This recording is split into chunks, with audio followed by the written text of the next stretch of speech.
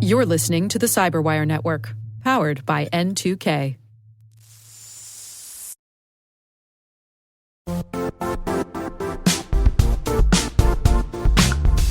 The IT world used to be simpler. You only had to secure and manage environments that you controlled. Then came new technologies and new ways to work. Now, employees, apps, and networks are everywhere. This means poor visibility, security gaps, and added risk. That's why Cloudflare created the first-ever connectivity cloud. Visit cloudflare.com to protect your business everywhere you do business.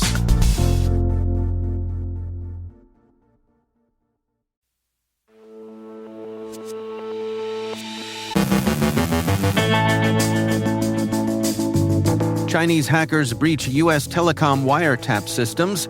A third-party debt collection provider exposes sensitive information of Comcast customers.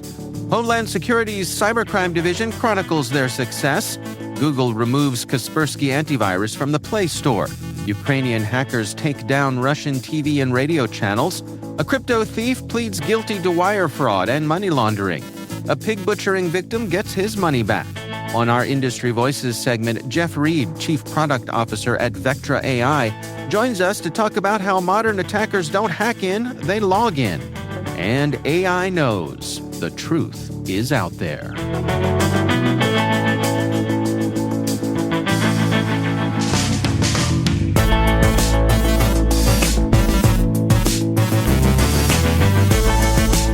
It's Monday, October 7th, 2024. I'm Dave Bittner, and this is your CyberWire Intel Briefing.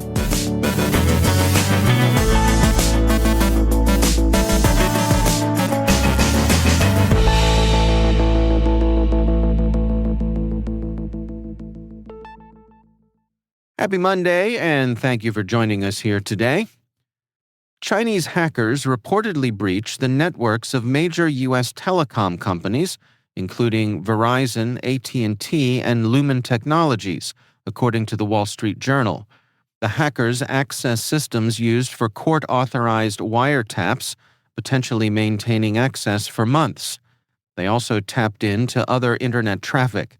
U.S. investigators believe the Chinese group Salt Typhoon was behind the attack, aiming to gather intelligence. This incident follows earlier disruptions of a different Chinese hacking group, Flax Typhoon. China's foreign ministry denied involvement, calling the allegations a false narrative and accusing the U.S. of framing China. The ministry further claimed that the U.S. is obstructing global cybersecurity cooperation. While Lumen declined to comment, Verizon and AT&T did not immediately respond. Beijing previously refuted claims of using hackers for espionage, asserting that the Volt Typhoon campaign was staged by an international ransomware group. Comcast has disclosed that over 230,000 customers had their personal data stolen during a ransomware attack on Financial Business and Consumer Services, FBCS, a third-party debt collection provider. The breach occurred in February and was initially downplayed by FBCS, which later revealed in July that customer data had been compromised. Hackers accessed names, addresses, social security numbers, birth dates, and Comcast account details of subscribers from around 2021. The ransomware attack targeted FBCS's systems, encrypting data and stealing information. FBCS confirmed over 4 million individuals were affected, including clients of other organizations, such as CF Medical and Truist Bank. Sensitive data, including medical and financial information, was compromised in the attack. The incident has not yet been claimed by any ransomware group. Bloomberg reports that the U.S. Department of Homeland Security's Cybercrime Division, Homeland Security Investigations, or HSI, has disrupted over 500 ransomware attacks and seized billions in cryptocurrency since 2021. HSI's proactive approach involves monitoring Internet traffic for malicious activity, unpatched software vulnerabilities, and ransomware tactics. By analyzing this data, they can often detect and prevent attacks before they occur. Between October 2023 and September 2024, HSI stopped 150 ransomware plots, preventing 537 intrusions since the operation's start. HSI's efforts, which differ from the U.S. Cybersecurity and Infrastructure Security Agency's operations, have led to $4.3 billion in cryptocurrency seizures, including $180 million last year.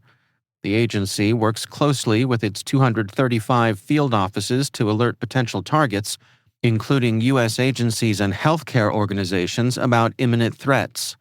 However, building criminal cases remains a challenge, especially when attacks are thwarted before occurring. The official Kaspersky antivirus app for Android has been removed from the Google Play Store following recent U.S. government sanctions. Google disabled Kaspersky's developer accounts and removed its apps due to restrictions imposed by the U.S. Department of Commerce's Bureau of Industry and Security. Kaspersky is investigating the removal and exploring alternative solutions to allow users to download and update their software. The move comes after a U.S. ban on Kaspersky products over national security concerns, with allegations that the Russian government could exploit the software. The U.S. banned Kaspersky sales starting July 2024, and subsequent updates for the software ceased by late September. Ukrainian hackers took down online broadcasts of at least 20 Russian state TV and radio channels, including Rossiya 24, coinciding with President Putin's 72nd birthday. The hack affected major broadcasters like Rossiya 1, Rossiya 24, and radio stations such as Vesti FM and Mayak. Russia's VGTRK Media Holding called the attack unprecedented. Kremlin spokesman Dmitry Peskov said efforts were underway to address the breach. A pro-Ukrainian hacker group, Pseudo-RMRF, claimed responsibility for the attack. Evan Frederick Light, a 21-year-old from Lebanon, Indiana, has pleaded guilty to conspiracy charges of wire fraud and money laundering related to a cyber intrusion that stole over $37 million in cryptocurrency. In February 2022, Light targeted an investment company in Sioux Falls, South Dakota, exploiting server vulnerabilities to access the personal data of nearly 600 clients. Using a legitimate client's identity, he stole cryptocurrency from multiple victims and laundered the funds through mixing services and gambling websites to hide his tracks. U.S. Attorney Allison Ramsdell and FBI Special Agent Alvin Winston emphasized the seriousness of cyber threats and the commitment to holding cybercriminals accountable. Light remains in custody awaiting sentencing, with a pre-sentence investigation underway. Alexei Madan, age 69, received a $140,000 check from Massachusetts officials after losing his life savings in a crypto scam.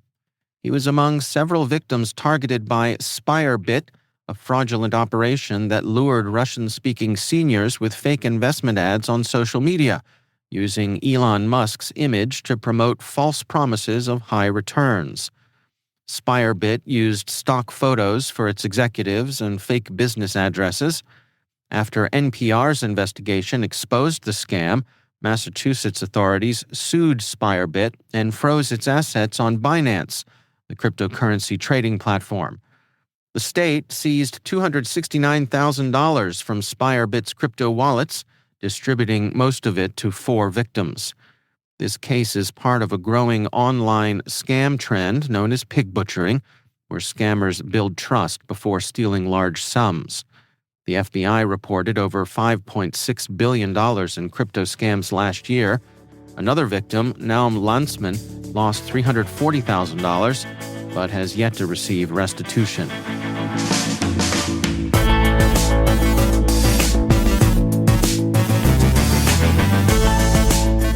Coming up after the break, my conversation with Jeff Reed from Vectra AI.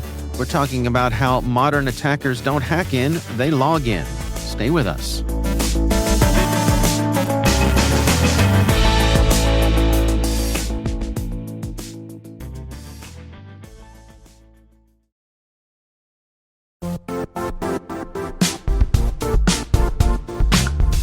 When it comes to ensuring your company has top-notch security practices, things can get complicated fast.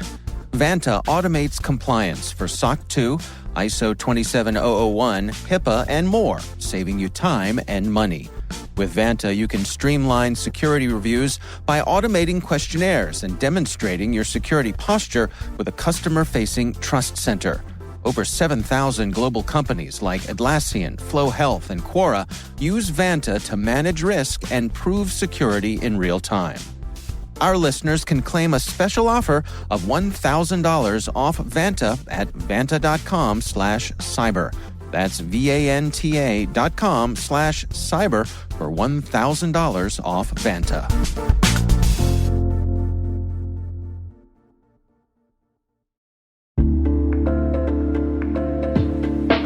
And now, a word from our sponsor, Maltego.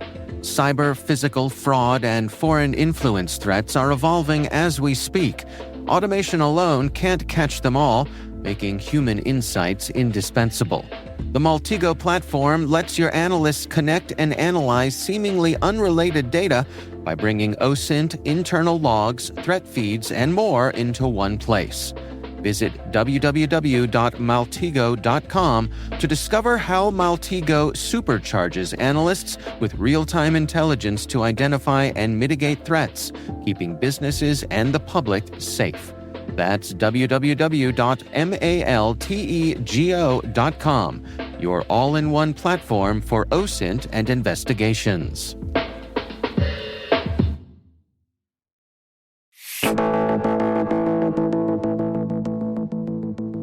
Jeff Reed is Chief Product Officer at Vectra AI, and on today's sponsored Industry Voices segment, we discuss how modern attackers don't hack in, they log in.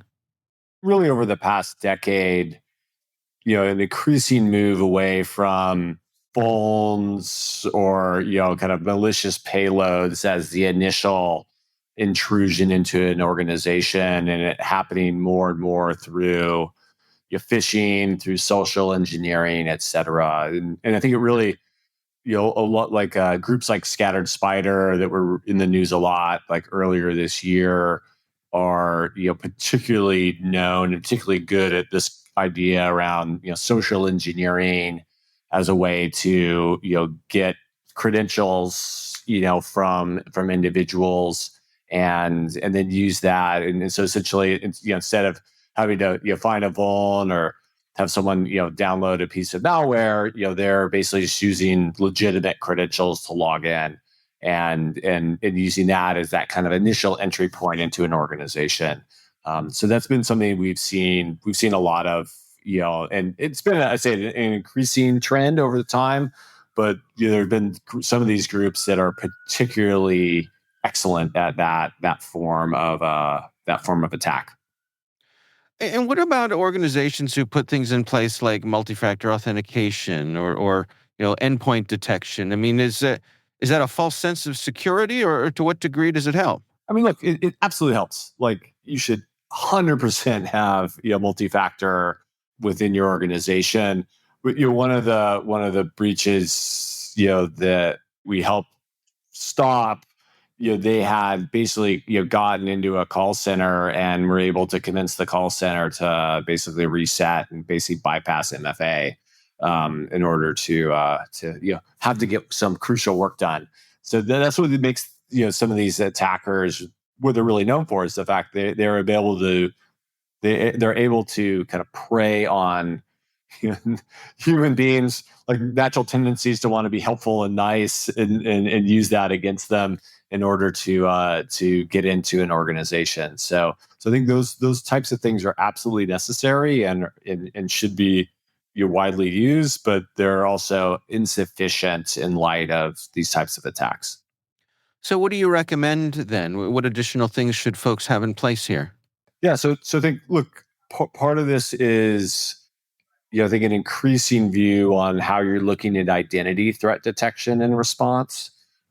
So understanding, how do we track, understand where there may be attacker behavior within the identity infrastructure of an organization, and that can be how there are suspicious sign-ons. And I want to be careful here because if some of us kind of lived through the UEBA, trend, but about a decade ago, where like, if someone's logging in from a new place, that's bad. And the problem I think that has been historically around user behavior is the fact that users do different things all the time. And so I think, it was historically really noisy, and kind of just flooded SOC teams with a bunch of false positives that really didn't allow them to get to the truth. And so I think what you've seen now is more sophisticated approaches to identity threat detection that take advantage of not just hey, anomalous behavior, but understanding what are the behaviors typical of this type of persona based on what their peers do. What are observed privileges from individuals, not just what's granted within the identity infrastructure policy apparatus. How certain behaviors. So I've just changed a rule in the exchange around what happens to sent emails. Things that are very specific to attacker behavior, and honing in on those issues, not just hey, so and so's never logged in from Portugal before, so this must be bad. Right, right. I want to touch on AI. I mean, you at Vectra, you have AI in your name there, and certainly, we're at this place now where I think it's fair to say that AI has really captured people's imagination. Can we touch on the good and the bad sides of AI when it comes to this sort of protection? Absolutely. So let's start with the good. I mean, what sort of things are you all bringing to bear here to help with this fight? Yeah, so I think that the key for us, and I think the magic that Vectra has kind of realized over the last decade or so is the AI is useful, but when it's paired with deep knowledge of security and what attacker behaviors do, and so our foundational approach is steeped in security research. So kind of understanding what are bad actors doing, what are the techniques that they're using, how are those evolving, and then partnering the security research team with our data scientist team to then try to figure out like, hey, if we know this is a typical behavior that we're seeing in attacks, what are the AI approaches that we can take to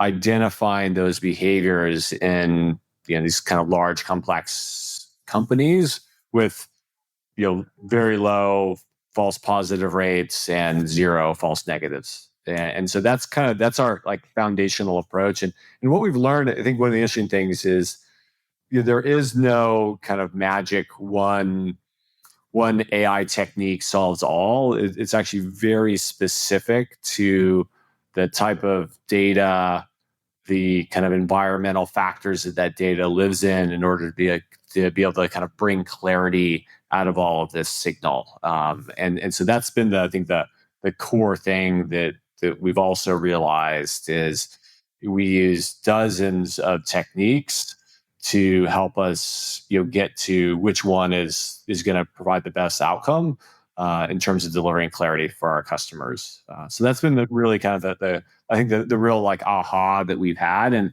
the nice thing is we took that approach and we initially applied it to the network side of the place. And so how can we identify C2s, reconnaissance activities, et cetera? But that same kind of foundational element is also super valuable in example for the identity space. And it's also really valuable in terms of how do we do a better job of noise reduction, prioritization, triage. So we're found is like there's some really excellent ways. And I talked a little bit about things like observed privilege has been one of the key things that's helped us in the identity space really resolve and reduce noise. And that's kind of one of the our patented capabilities that we have here at Vectra. Interesting. Well, let's talk about the other side of the coin then. What sort of things are you seeing from the attackers themselves making use of these newly available tools? Yeah. So one I want to highlight, it's kind of interesting, is that AI, and particularly generative AI tools, represent a new attack surface. And so one of the most interesting ones we think are the Copilot style capabilities. If you kind of looked at when Microsoft introduced Copilot for M365, the ability for that to do things that you would not want that generative AI to do, like return all the passwords that it's seen over some period of time, et cetera, was really alarming. And it's interesting. Within our team, we had initially a debate over, hey, is this really that big of an attack surface? Because if you think about an attacker, there's other ways, PowerShell, et cetera, that are they know how to do, that are fast. That we're like, oh, they'll probably just use those tools if they get entrance into an organization. But then the other thing about these tools is their logging, the visibility is really poor. And so it's actually something that we feel now is very much a concern for customers in terms of the ability for attackers to use those generative AI tools to kind of obscure what they're doing. So that's kind of one bad. Another bad is obviously, I think these tools are, and this has been talked about a fair amount, these tools are well designed to be able to add and aid in social engineering. And so, we're starting to see the use of, voice and, generative AI voice to be able to trick folks into thinking it's a different individual on the other side of the line, image, et cetera. And even just going out there and basically making it easier for them to do research on potential targets. So those are absolutely areas that they're part of the bad of this process.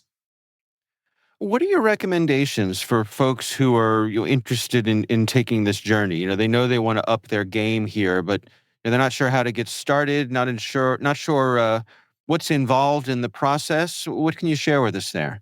Yeah, so I think one would be, you obviously map out what your current organization is doing, in the AI space, and in both, I think for both to the point we just discussed, both where are you utilizing AI for good, but also for some of these new attack vectors, do you have coverage? How are you protecting yourself in light of the fact that these both represent a threat surface and a way for kind of new offensive techniques to be able to be delivered and built more rapidly. So I think one is just kind of having that overall landscape, and then I think coming in specifically, and as I mentioned to begin with, I do feel like on the identity side in particular, this is a really interesting area where AI has allowed us to up our game significantly from where we were previously in terms of being able to do threat detection and response in identity-based threats. So I think that's a low-hanging fruit for a lot of organizations to be able to look at, would an investment in that space help them dramatically improve their protection. That's Jeff Reed, Chief Product Officer at Vectra AI.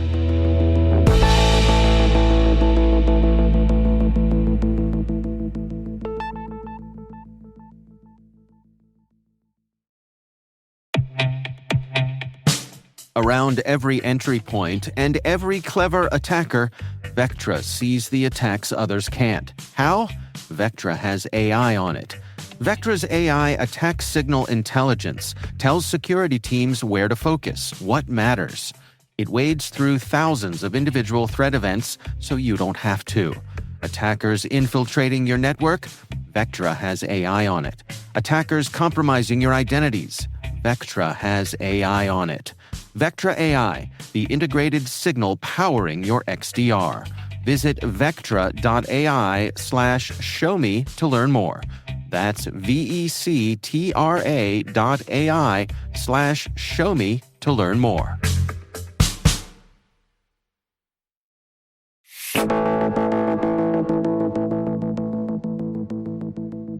And finally, AI, often blamed for spreading conspiracy theories, might be the perfect tool to fight them. A recent study by MIT and Cornell found that ChatGPT-4 Turbo can actually help people rethink their beliefs in conspiracy theories. Researchers had over 2,000 Americans explain their favorite conspiracy theory and then engage in a conversation with the chatbot. Shockingly, 20% of participants changed their minds after chatting with AI. Why did it work? Well, the simple explanation seems to be that AI doesn't get emotional. It calmly presents facts without making anyone feel dumb. People weren't defensive because there was no human ego involved, just data. This approach gave participants the emotional space to process the information. Plus, the chatbot nailed its facts with a 99.2% accuracy rate. The potential here is huge. What if AI could be the key to debunking misinformation on social media? Wouldn't it be poetic if the same technology that spreads fake news could help take it down?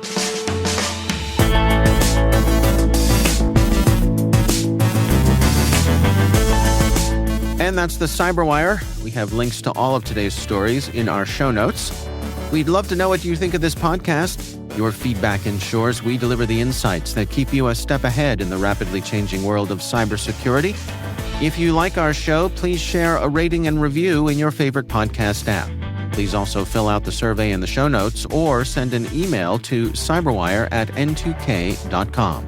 We're privileged that N2K CyberWire is part of the daily routine of the most influential leaders and operators in the public and private sector, from the Fortune 500 to many of the world's preeminent intelligence and law enforcement agencies. N2K makes it easy for companies to optimize your biggest investment, your people. We make you smarter about your teams while making your teams smarter. Learn how at n2k.com. This episode was produced by Liz Stokes. Our mixer is Trey Hester, with original music and sound design by Elliot Peltzman. Our executive producer is Jennifer Iben. Our executive editor is Brandon Karp. Simone Petrella is our president. Peter Kilpie is our publisher. And I'm Dave Bittner. Thanks for listening. We'll see you back here tomorrow.